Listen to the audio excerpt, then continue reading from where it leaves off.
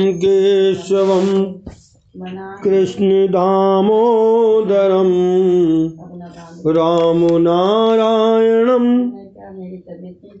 जानकीवल्लभम् अच्युतं केशवं कृष्णदामोदरं रामनारायणं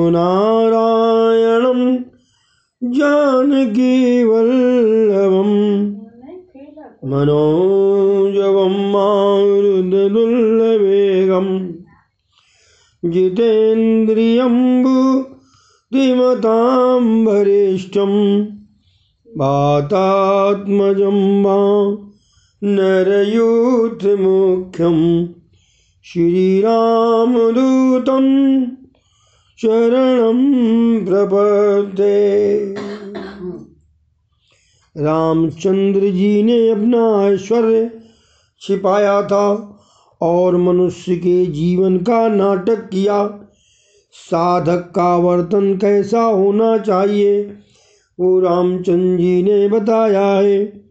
साधक का वर्तन रामचंद्र जैसा होना चाहिए। सिद्ध पुरुष का वर्तन श्री कृष्ण सा हो सकता है। रघुनाथ का अवतार राक्षसों की हत्या के हेतु नहीं, मनुष्यों को मानव धर्म सिखाने के हेतु हुआ था। वे जीव मात्र को उपदेश देते हैं। उन्होंने किसी भी मर्यादा को भंग नहीं किया। रामचंद्र की लीला सरल है, उनकी बाल लीला भी सरल है, जबकि श्री कृष्ण की सारी लीला गहन है। रामचंद्र की सरलता तो अंतिम कथा की है। उन जैसा सरल आज तक कोई नहीं हुआ। अग्नि नारायण ने सीता जी को निर्दोष घोषित किया, फिर भी उस मूर्ख धोबी के कटवचन सुनकर रामचंद्र जी ने सीता का त्याग किया। जगत के समक्ष आदर्श रखने के हेतु वे निष्ठुर हो गए। वे जगत को ये बताना चाहते थे कि आदर्श राजा का वर्तन कैसा हो सकता है और कैसा होना चाहिए। सीता ने नारी धर्म का आदर्श प्रस्तुत किया। मेरे पति ही मेरे परमेश्वर है। राम मर्यादा पुरुषोत्तम है और श्री कृष्ण पुष्ट पुरुषोत्तम। कृष्ण माखन चोर हैं, अर्थात मृदु मन के चोर हैं। वे सर्वस्व ही मांगते हैं। राम नाम जैसा सरल है वैसा ही उनका काम। उनकी लीला भी सरल है। राम के नाम में एक भी संयुक्त अक्षर नहीं है। कृष्ण के नाम में एक भी अक्षर सरल नहीं है। सभी टेढ़े हैं, सभी संयुक्ताक्षर ही हैं। श्री राम दिन को 12 बजे आए थे तो श्री कृष्ण रात को 12 बजे। एक मध्याह्न में आए तो दूसरे मध्यरात्र को। एक राजा दशरथ के भव्य राजप्रसाद में अवतरित हुए तो दूसरे कंस के कारागृह में। राम जी को पहचानना समझना सरल है, किंतु कृष्ण को समझना बड़ा कठिन है। किंतु राम जी की मर्यादा को जीवन में उतारने का काम सबसे कठिन है। सूक्ष्म वासना के नाश के हेतु नवम स्कंद में संतों के चरित्र कहे गए हैं। सूर्यवंश के प्रकरण में राम जी का चरित्र आता है। रामचंद्र मर्यादा हैं तो श्री कृष्ण प्रेम। मर्यादा और प्रेम को जीवन में उतारोगे तो सुखी रहोगे। नरसिंह अवतार की कथा में क्रोधनाश की, 52 अवतार की कथा में लोभ के नाश की और रामचंद्र जी के कथा में कामनाश की रीति बताई गई है। क्रोध, लोभ और काम का जब नाश हो जाता है तभी कृष्ण भगवान प्रकट होते हैं। वैसे तो भागवत का लक्ष्य कृष्ण लीला का कथन ही है, तो फिर प्रथम स्कंद से ही कृष्ण लीला का वर्णन क्यों नहीं हुआ? इसका कारण यही है कि क्रोध, लोभ और काम आदि का नाश होने पर ही परमात्मा कृष्ण मिलते हैं। अष्टम स्कंद के समाप्ति अंश में सत्यव्रत मनु महाराज की और मत्स्यावतार की कथा कही गई है। राजा परीक्षित ने कहा, मुझे इस सत्यव्रत मनु के वंश की कथा सुनाइए। सुखदेव जी वर्णन करते हैं, राजन, इस कल्प में राजस्य सत्यव्रती वैवस्वत मनु बने थे।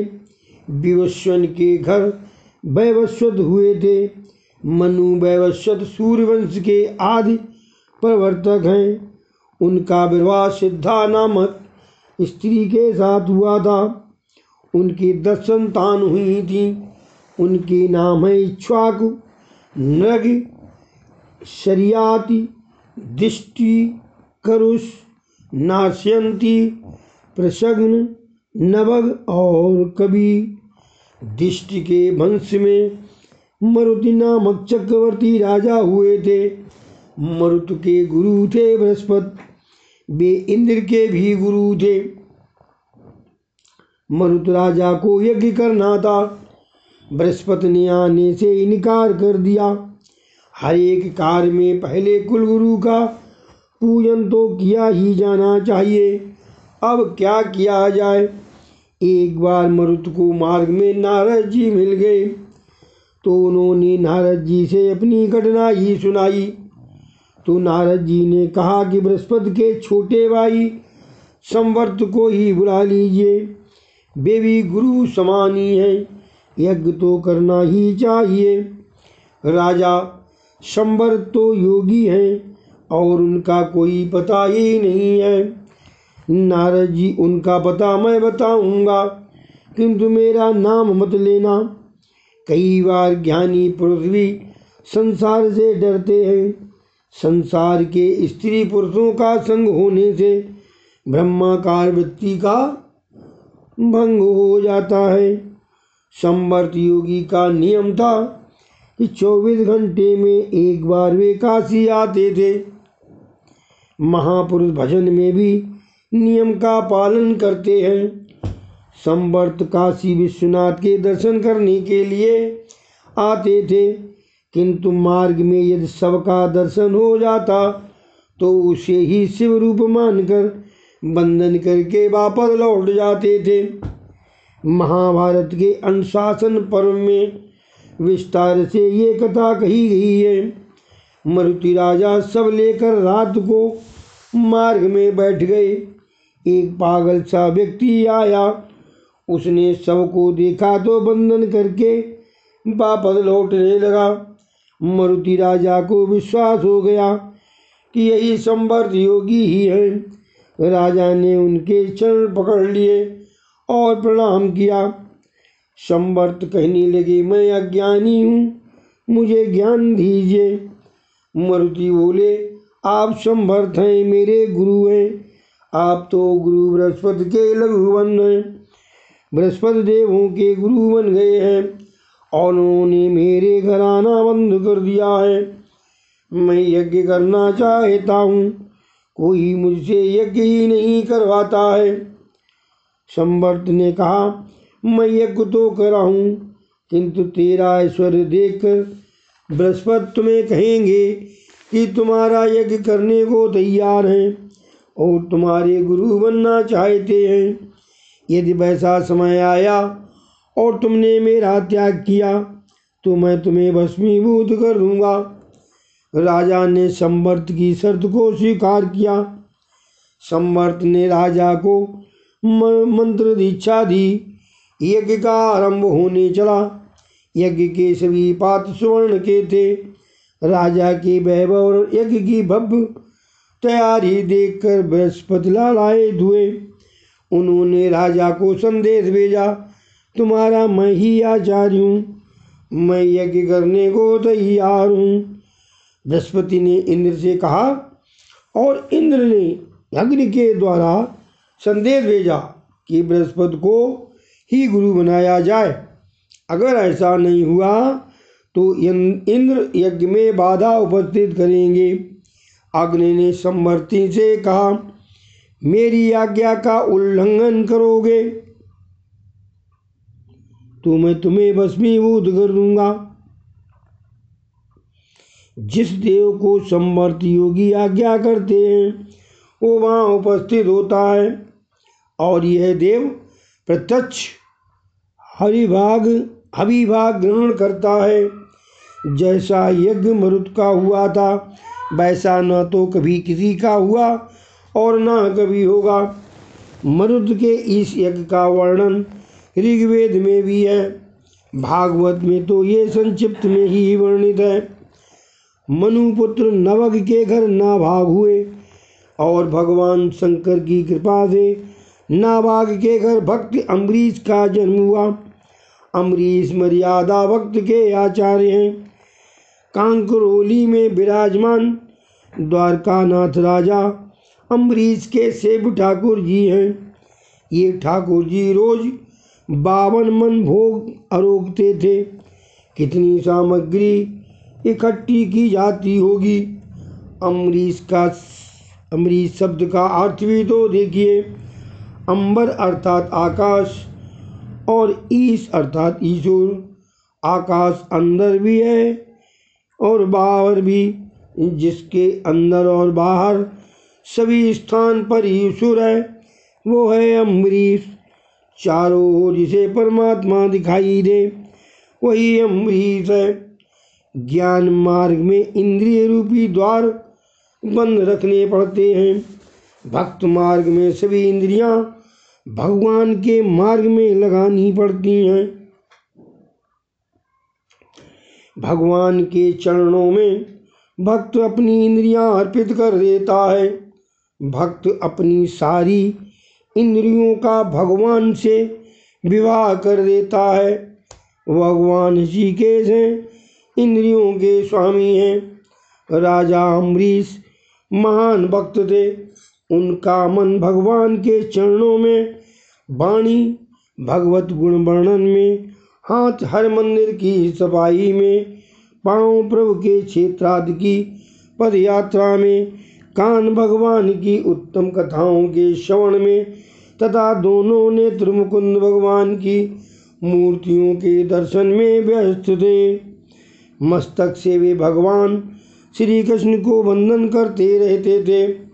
भगवान की सेवा में जो व्यक्ति अपना शरीर लगा देता है उसका देहाभिमान कम होता जाता है।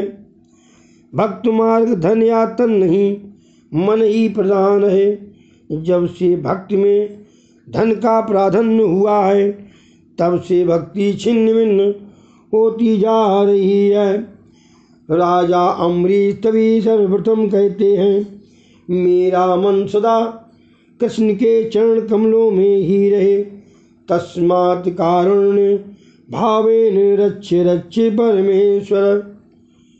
सेवा में धन नहीं, मन ही मुख्य है। सेवा का अर्थ है सेव, श्री कृष्ण में मन को पिरोए रखना। सेवा का संबंध मन से है।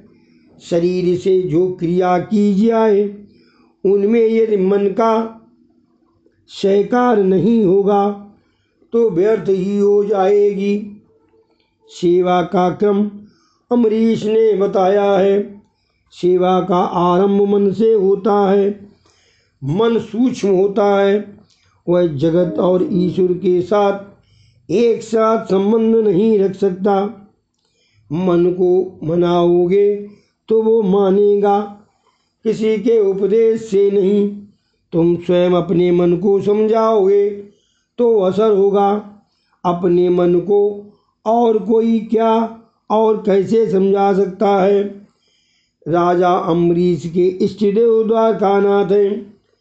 राजा होने पर भी स्वयं सेवा पूजा करते हैं। घर में कई सेवक होने पर भी वे कहते हैं, मैं तो ठाकुर जी का दास हूँ, उनकी सेवा स्वयं मुझे ही करनी चाहिए।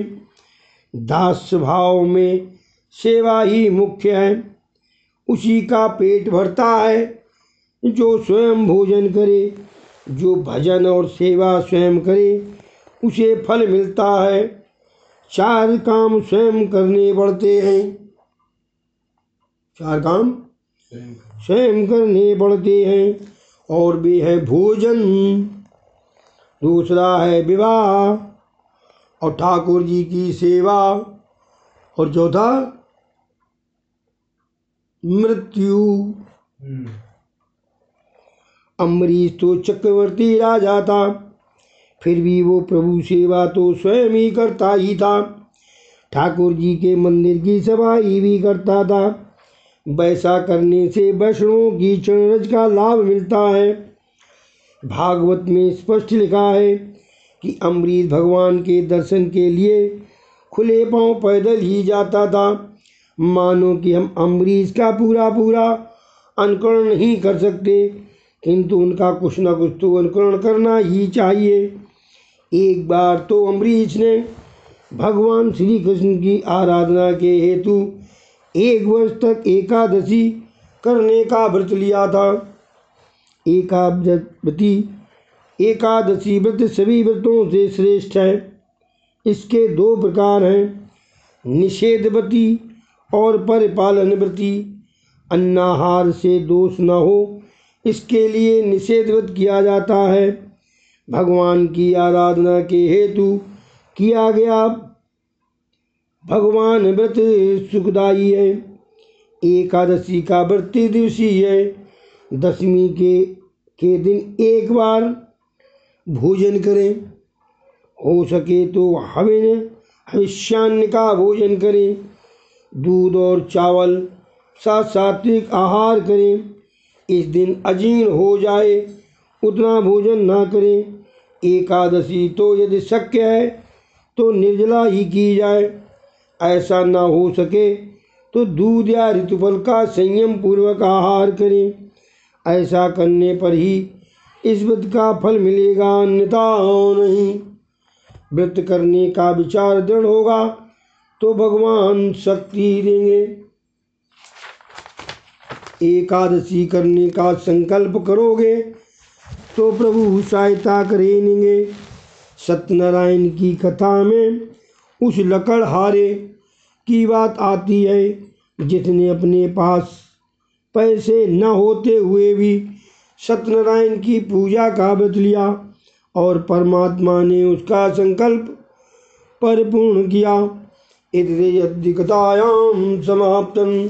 गुरु श्री कृष्ण जी भगवान की जय।